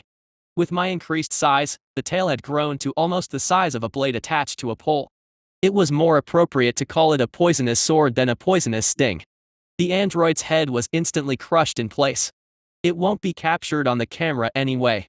Before it could switch to infrared detection, there was no chance of me getting caught. Just in case, I destroyed the memory storage device inside the android's body too. After pushing the android's remains into a corner of the stairs, I cautiously used my auxiliary organs to sense the situation outside. Another android had entered a nearby room as soon as the one before closed the door. While ensuring that no one was around, I opened the door and stepped into the corridor. William is this way. Following the guidance of my auxiliary organs, I moved towards the end of the left corridor, leading to the intensive care unit. Just as I was about to open the door to a patient's room, my auxiliary organs detected something strange. What's this? There's something below. A very powerful energy mass. It was a high-density energy conglomerate that could not be compared to androids. 4 of them were moving up from the first floor lobby. If it's stronger than an android, there was only one possibility. Superior reinforced suits. Being able to detect it from such a distance meant that it was undoubtedly a reinforced suit with high output and high firepower. Why is an advanced reinforced suit that you can only see on the front lines here? Enemies are coming up the stairs on the opposite side. They might come this way, so I quickly hid in the nearby operating room. I sensed that the door has opened. Only a cleaning android remained in the operating room. Before it could finish speaking, I hit him on the head using my combat arm. After removing the android, I quietly held my breath. Beyond the corridor, I could hear the mechanical sound generated by the thick and sturdy armor suit. It seems to be here. I don't know why the vice commander ordered us to guard this person. The vice commander gave strict orders. He said to pay special attention. We are the vice commander's sword. We follow orders when they are given. The tone sounded like it belonged in a historical drama, but due to the distortion caused by the mechanical sound, it sounded strangely intriguing. It felt like characters from a classic sci-fi game. Space knights of some intergalactic empire. A space knight. 2 forces come to mind. First and foremost is Garmalda. Noble capital, responsible for reinforced suits and android development within the Megacorp, is a significant player. Since reinforced suits are crucial to Megacorp gameplay, many Megacorp users choose this faction. It can't be Garmalda. They wouldn't communicate like that. As far as I knew, within the Megacorp, Eden was the only family with a feudalistic political structure on Mars. The head of the family was referred to as a lord, and elders or leaders were called lords. It had a unique culture where people addressed each other as lords. Is Eden family supporting them with reinforced suits? The Eden family was originally specialized in fleet battles in space, not particularly strong in ground battles.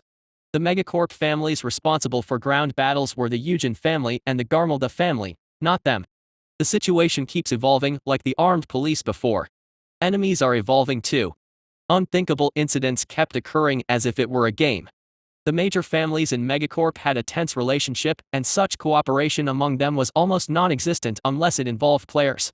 Is this difference due to the fact that this is reality, or did a new system update, similar to the Transcendence system, occur? It's a problem I can't solve right now. I again focused on the conversation coming from the adjacent room. The android mentioned that it would take about 3 hours for this person to wake up. Did the vice commander say anything else? He said that when this person wakes up, bring the physical examination data and the doctor's diagnosis together. Do they suspect mental issues? Although this person was mentally challenged, I was really surprised when they suddenly shot themselves with a gun. Listening to the conversation, it seemed like they planned to take William with them once he woke up. I need to handle this situation here. I pressed the auxiliary organ under my chin against the wall. This was to understand the positions of the enemies and how they were moving in the intensive care unit, which was next to the operating room. 4 enemies. 2 near the door, 1 next to William, and 1 getting closer to this side. While keeping the auxiliary organ pressed against the wall, I prepared my tail for a surprise attack in case if an enemy came close. I planned to pierce them with my tail against the wall. At that moment, I heard the enemies talking. Even though we're guarding, let's activate the surveillance system. I'll do the same. Following that, a regular warning tone flowed from their thick armor. Oh no. I quickly detached myself from the wall. Almost simultaneously, the wall was shattered, and bullet-like fists appeared from the other side. Beyond the dust, 4 silver-armored knights pointed guns that resembled handgun-type missile launchers at me. Plasma bolter. That's dangerous. I urgently smashed the wall and leapt into the corridor. A green light flashed behind me, and the operating room turned into actual powder. The plasma bolter is a kind of transitional weapon that came before the development of the plasma pistol. It looks like a pistol-type missile launcher based on a concrete nail gun, but instead of conventional ammunition, condensed plasma energy is fired from the barrel. While the destructive power of plasma weapons is excellent, they are extremely heavy due to a failure in lightweighting. Nevertheless, apart from its weight, it had no particular disadvantages, making it suitable as a general-purpose weapon for combat units wearing superior reinforcement suits. Thanks to the strength enhancement function in the superior reinforcement suit, it can easily handle the weight and recoil of the bolter. Although the plasma pistol was developed later, the bolter could still maintain an active position. An unidentified alien life form. I'll handle the patient as his escort. I'll be counting on you. Let's go then. 3 enemies in superior reinforcement suits were approaching. Seeing them heading straight toward my hiding spot, it seemed like my biosignals were detected by their surveillance system. This renders my camouflage useless. With a superior reinforcement suit and a plasma bolter, they are not easy opponents at all. In the last encounter, I did fight a sniper wearing a superior reinforcement suit, but the circumstances then and now are different. With high output and high armor upgrades, their defense must be extremely high. Their armor was likely comparable to the outer hull of a battleship.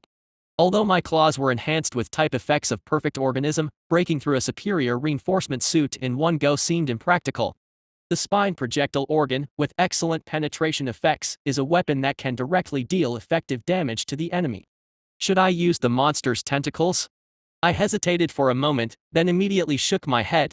Using it without acquiring the transcendent ability would be risky. If I were counterattacked, it would be irreversible. Should I use that ability?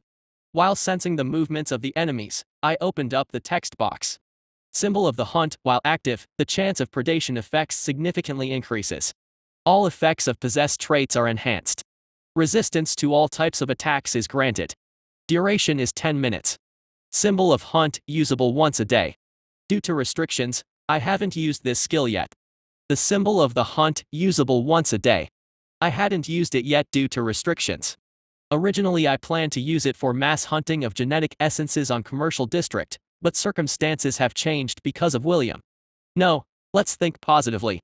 Since it was a technique that needed testing sooner or later, it was a good opportunity. With a suitable demonstration target ready, I activated the symbol of the hunt. The moment it activated, my vision was engulfed in darkness. What's happening? The outer covering over my head rapidly grew, covering everything except my mouth and auxiliary organ. Vision disappeared, but the precision of the sensory input from the auxiliary organ increased to the extreme. Thanks to that, I could accurately perceive the changes in my body. Right now, my body is evolving. Chapter 61. In the world of space survival, there are over thousands of different traits. Some are so powerful that they can completely change the situation, and there are traits whose approval through the review process raises questions. With various effects, traits related to physical transformation are naturally present. Among them are traits like body transformation, which I acquired from the wolf I devoured earlier. They are beings reminiscent of space-age werewolves who have the ability to transform into beastly form for a limited time duration. In fact, when the players used to play as wolves, their primary objective was to unlock its beastly form.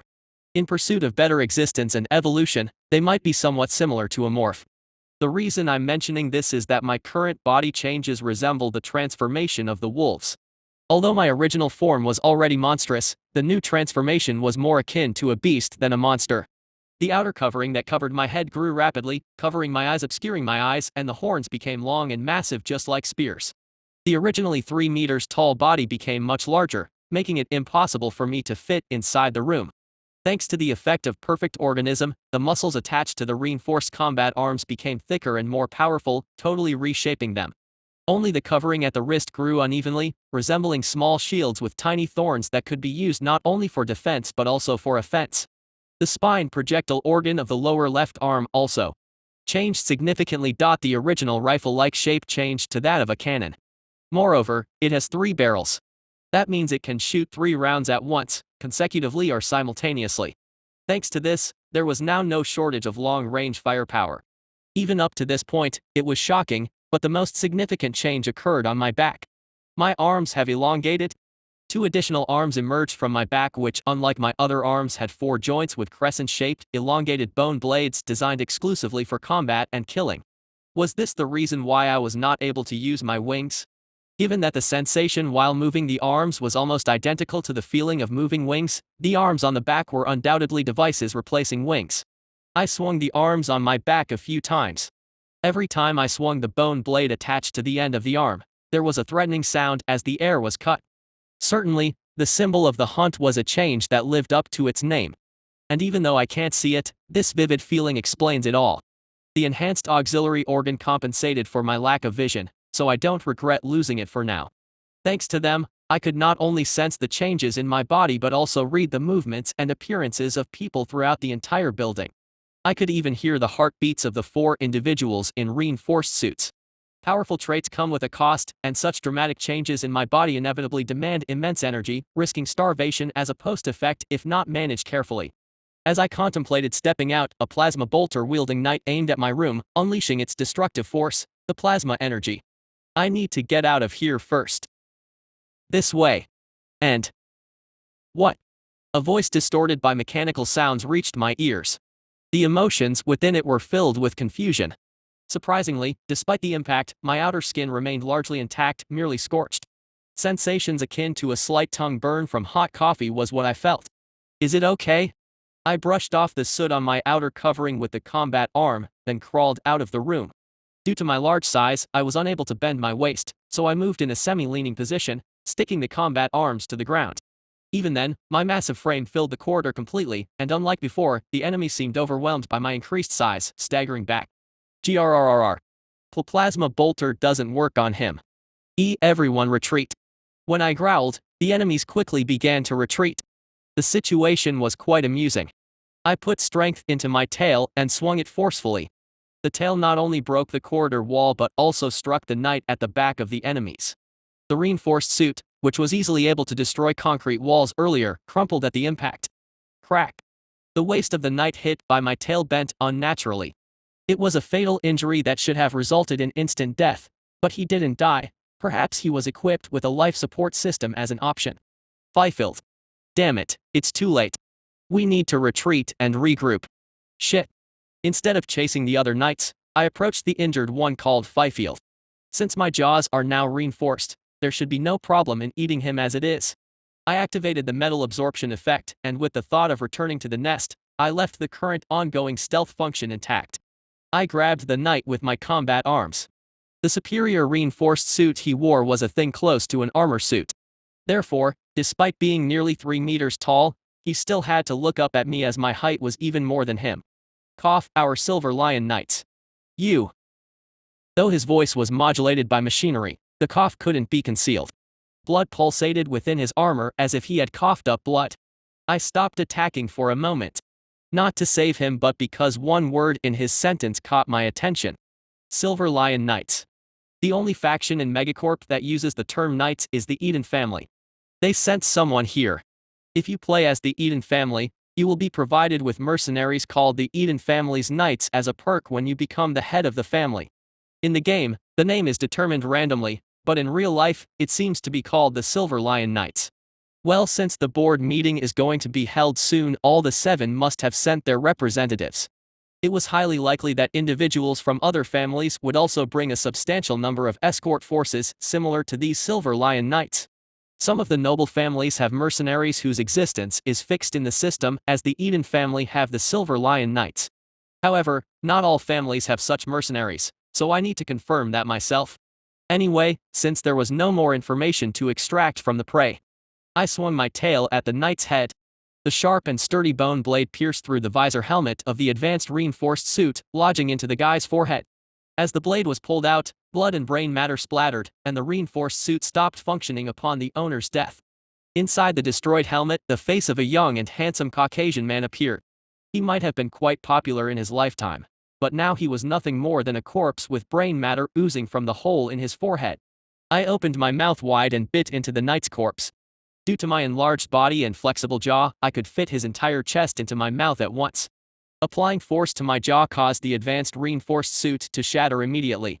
Flesh, blood, and organs spilled out, flowing into my body. It felt similar to chewing on a piece of candy with a delicious filling. Looks like this guy underwent some modifications too. The taste was truly exceptional. Although the reinforced suit, nearly indistinguishable from a chunk of metal, was a minus factor, the interesting texture made it somewhat palatable. The knight in the reinforced suit became nutrient for my body in just a few minutes. With my enlarged body, I easily consumed the 3 meters tall prey. After finishing the meal, a semi-transparent text box appeared, but I ignored it. Now is still the time for hunting. I need to diligently catch the prey that's running around until the effects of the symbol of hunt disappear. Your Excellency, Chief Administrator Layla has prepared a bouquet for you. Huh, when did she prepare that? As you may know, she is Samdam Chemblin's daughter. Her resourcefulness shouldn't surprise us. TCH, Samdam's got a lot of luck. Denver praised the now-adult Layla Chamblin's skills. Currently, he is staying in the top-notch room located within a luxurious room in the Monument Skyscraper, a high-rise building in the administrative district. There seemed nothing special about it until he entered the room. Every facility and decoration in the room matched precisely with how it was in Denver's office. It wasn't just the appearance, even the materials and vintage of the furniture were identical. He's a well-organized guy with his kids. Unbeknownst to the public, a clandestine alliance existed between Prime Capital's Eden family and Noble Capital's TNC ever since Denver had ascended as the head of the TNC, which provided funds for Denver's ambitious project, the Hulk Mutant Development, securing Eden's votes in return. Denver had conversed with Samdam beforehand, sealing this deal. In return for the money, Denver was required to vote for Samdam Chemblin of TNC in the board meeting. Layla might not know, but Denver had already finished negotiating with Samdam and had come here for another purpose. Anyways, I was thinking of calling William, whom I haven't seen in a long time, but I didn't expect such an incident to occur. Upon witnessing an old subordinate attempting suicide right in front of him, Denver was quite surprised.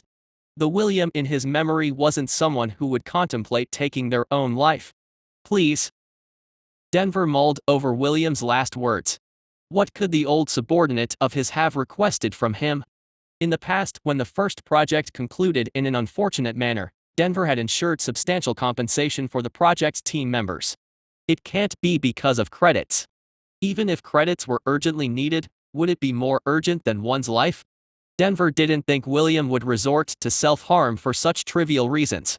A problem he couldn't solve on his own. And a very urgent matter. Unfortunately, Denver wasn't well versed in the affairs of the T&C Special Trade Center. While he had intricate knowledge of the political issues within the T&C, understanding what kind of problem would drive a regular police officer to risk their life seeking help was challenging.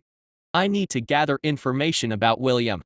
Having organized his thoughts, Denver inquired of the vice commander, what happened to the one who attempted suicide? He is currently at the hospital in the commercial district. The surgery went well, and he's currently in a recovery capsule. Since he's an old friend and subordinate of mine, be considerate in your dealings with him. I have assigned 4 members of the Silver Lion Knights to his security. They're all veterans, so you don't need to worry. If it's you, I can be rest assured. True to the deputy commander's affirmation, it was a neatly handled matter. Denver, nodding in approval, issued additional instructions to the deputy commander. Also, look into the recent public safety issues in the city for me. Public safety issues? Is there anything specific you're curious about? Yeah. I have some questions. Understood. I'll investigate and report back by tomorrow. Denver nodded, and as he had to prepare for the banquet, the vice commander stepped outside the room. While he couldn't understand why Denver was so concerned about a police officer who had disrupted the welcoming ceremony, the deputy commander didn't question it, as he was familiar with his unpredictable commands. Similar to the Silver Lion Knights, they were merely the eyes and arms of the monarch. It was not their place to doubt the one wielding the black blade. PR/N, probably a weapon used by the soon-to-be head of the Eden family. Back in his quarters, the deputy commander summoned another knight. This was to fulfill Denver's instructions. I will investigate along with the members. I appreciate it. After dispatching his subordinates to fulfill Denver's orders, the deputy commander took out an elegantly decorated communication device. I should double-check the situation in the hospital as well. The Silver Lion Knights were one of the top special forces in the city of Eden, composed of seasoned veteran warriors armed with advanced reinforced armor and various deadly weapons. Given their status, the deputy commander wasn't particularly concerned. He only intended to verify that everything was proceeding as usual. However, today's operation didn't go as planned. Arg. Damn it. Milburn is down. Deputy Commander. We need reinforcements. Fifield and Milburn are already down. From the other end of the communication device, hell was unfolding. Chapter 62. Suddenly, William woke up from his sleep. It wasn't someone deliberately waking him up, it was the vibrations he felt from something covering his body. Where am I? As he opened his eyes, a lukewarm liquid tickled his eyes. After blinking a few times, his eyes gradually adjusted.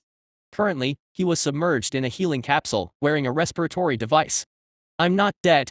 At the time of his suicide attempt, William had resigned himself to death. It was because the noble capital had made a mess of the welcoming event for the prime capital because of him. Layla Chamberlain, the owner of this city, was a rational lady but not exactly merciful.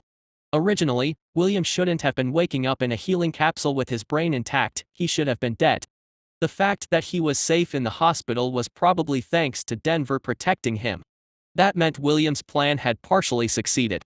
I hope His Majesty understands my intentions. Thud. Once again, the liquid surrounding him vibrated. Something, possibly the healing fluid or the entire healing capsule he was in, shook due to some external force. What's going on? There can't be an earthquake. There shouldn't be any seismic activity in an artificial structure floating in zero-gravity space. Thud. This was a vibration occurring within the hospital as if something heavy was shaking the whole hospital. Could it be? Thud. William felt a chill running down his spine. The fact that something substantial enough to shake the hospital was moving around this late at night meant only one thing. It had come for him. Thud. The vibrations grew stronger. It was getting closer to him.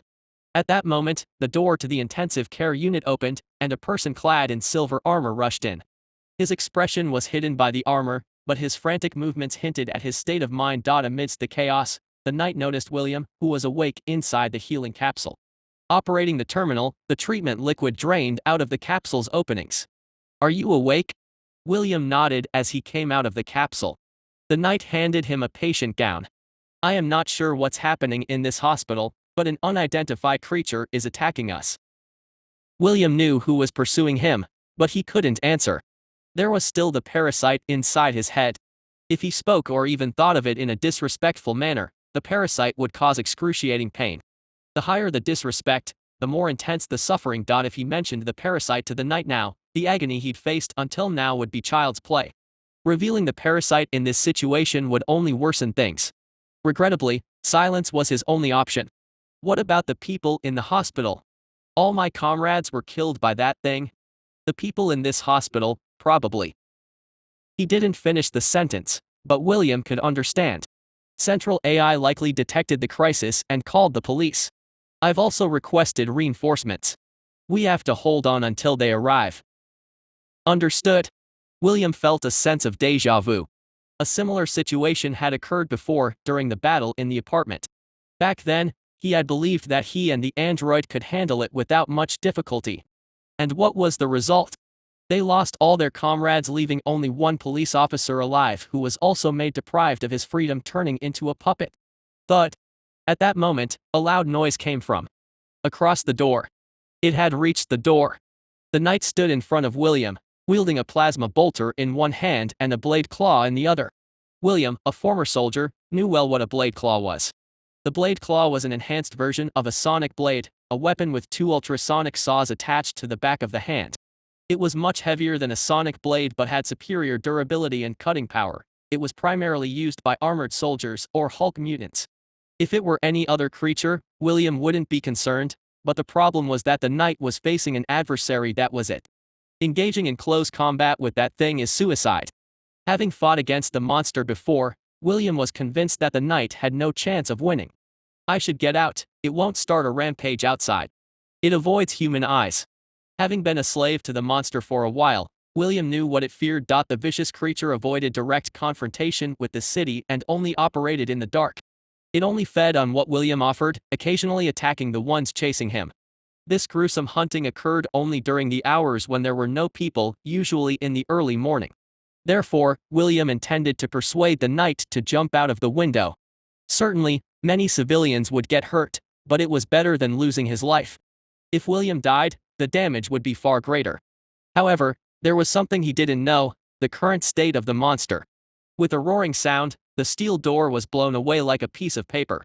The wall partly collapsed and dust filled the air. It's here. William squinted his eyes due to the dust. Standing on the fallen debris was a figure wearing armor identical to the Silver Knight. What is this? No, precisely speaking, he only appeared to be standing. It seemed as if he were suspended in the air, caught by something. Charlie. Our run. Ugh. The one called Charlie tried to say something but couldn't finish his words. His body twisted grotesquely, and a cracking sound emanated from the armor. Charlie's desperate scream turned into three distinct cries. His body was torn into three pieces. Red blood, organs, and bone fragments mixed and splattered on the ground. Oh my God. Some of the blood from the corpse flowed down, carrying something invisible in the air. It was then that William understood why the knight didn't run outside. It had somehow turned invisible. Moreover, it was implemented at such a high level that was usually possible with the help of highly advanced technology. Despite the blood obscuring his vision, William, with keen eyesight, recognized it. Ordinary people wouldn't be aware of its existence even if they went outside to check. Get down. The knight grabbed William's head and pushed it down. Thanks to that, William barely managed to bow his head in time. Something barely missed his head. He didn't know what it was wielding, but the creature's weapon seemed immense. It was enough to slice through not just the healing capsules but also the entire wall. Due to the creature's attack, people inside other healing capsules were also sliced in half. The floor was covered in a pink liquid mixed with blood and treatment solution. Damn. I'll hold that thing off. Survive until backup arrives. I must inform our leader. I will. Please. Without waiting for William's response, the knight rushed towards the invisible monster. This is troublesome. The knight had interfered just as I was about to kill William with my tail. Perhaps due to the detection equipment embedded in his advanced reinforced suit, the knight accurately perceived my movements. Go anywhere, just run quickly. Damn it. Ignoring the knight's words, William leapt through the collapsed wall. I had no intention of letting him escape. I swung my tail towards him, but my intention to rip his limbs apart was thwarted by the plasma shot from the knight. The trajectory of my tail deviated to another direction because of it. Instead of piercing William's side, the poisonous stinger at the end of my tail stuck into the wall of the corridor. Startled, William clutched his head with both hands and escaped. Since that attack failed, I decided to finish it with my bone spikes, but the knight, with a war cry, forcefully shouldered me, hindering my attack. With the weight of over several hundred kilograms of reinforced armor and propulsion that exceeded the output of a small spacecraft's power source, the combined force was terrifying enough to bring down my body, which weighed more than twice that of the reinforced armor. Due to the Knight's charge, I was pushed through the broken corridor to the opposite side of the critical care unit. As the walls crumbled, the patients and on-duty doctors hidden inside were startled and rushed outside. Kya, save us. Even though my current form was not visible to others, I couldn't let them escape as is. I launched my spike bones from the tip of my lower left arm, piercing through the backs of those who were exposed. Ack. Unfortunately, I was only able to kill a maximum of 3 people with one shot of the spike bones. One survivor sprinted away at a speed that made me wonder if someone could run that fast. Where did William go? While I was capturing the survivors, William had already distanced himself from me. Confirming that he ran through the emergency stairs, I turned my head again and faced the Knight. The Knight had no intention of protecting the innocent victims. Instead, he kicked the bodies spread on the floor, seemingly annoyed by their obstruction. You are killing innocents, you vile monster. The Knight's actions didn't match his words, but it wasn't particularly strange. The Knights of Eden was a special unit composed of the upper-class members of the Megacorp. Their concept of honor was designed to build a positive image externally but had little to do with reality. They probably know that the patients staying in the hospital are of low class, so they treat them like that on purpose. But they are all potential sources of food. Looking at the Knight, who seemed to have had no training in how to prepare for the dinner table, I calculated the remaining time. The effect will last for about 8 minutes. I had planned to kill William first and then leave, but the Knight kept bothering me. I estimated the remaining time until the effect wore off. Ignoring me, the Knight activated the blade claw on his arm. Blade claw. In a normal situation, the plasma bolt would be a far superior weapon to the blade claw, but in the current limited circumstances, the blade claw was not a bad weapon. Like the sonic blade, the blade claw specialized in destroying armor with high defense. Die. The Knight, firing suppression shots with the plasma bolter, rushed towards me. Plasma shots flew towards the tentacle under my chin. I wasn't sure if he deliberately aimed there, but the auxiliary system wasn't reinforced under the effect of the symbol of hunt. I crossed the upper combat arm over the lower one to block the plasma shots heading towards the tentacle. In the meantime, the Knight approached me and swung the blade claw from bottom to top. He wasn't targeting my head but my combat arm. 2 saw blades made a gruesome sound, cutting through the air. I stepped back, widening our distance, and used my arms as a shield to block the 2 spinning blades. The collision between the ultra-vibration saw blades and my alloy-reinforced shell generated sparks. He calmly aimed the plasma bolter at me from close range, showing no signs of surprise. His composure was excellent, but his intent was bound to fail as I still had plenty of weapons at my disposal. My tail targeted his waist, piercing through the darkness and dust. Cook.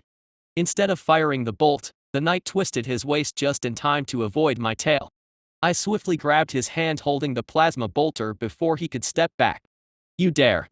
Thinking we were engaging in a power struggle, he exerted force on the arm holding the bolter. Because of the enhanced strength from the advanced reinforced suit he was wearing, his strength was comparable to mine. Our combined weight, exceeding that of a ton, pressed down on the hospital floor without both of us moving. He grabbed my arm with his other arm as the concrete floor cracked from our fight, probably planning to push me away. But he was mistaken.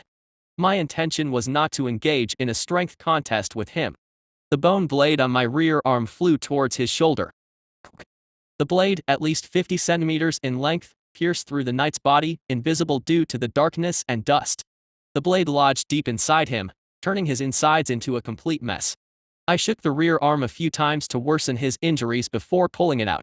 With no strength left to stand, he slumped down on the floor. Forgive me, my lord. There was no time to listen to his last words. I kicked his head with my legs while he was still kneeling. Even with a heavily armored suit covering the entire body, it couldn't protect the neck or joints. When the rubber plug burst, I fell back with the Knight's lifeless body. The fallen Knight's corpse had a neck much longer than when he was alive. I need to eat everything here and leave. To maximize the effect of the symbol of the hunt, I had to eat every strand of genetic essence over here. Anyways, with the parasite inside his body, William can't escape. The parasite was saying that William hadn't left the hospital yet.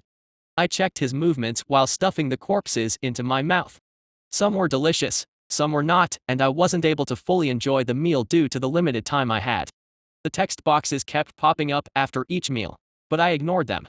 I planned to check them later because there wasn't enough time now.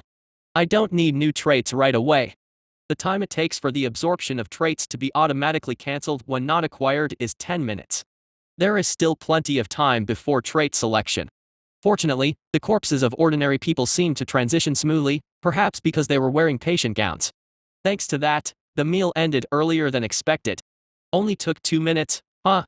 The remaining time for metal absorption should be around 10 minutes.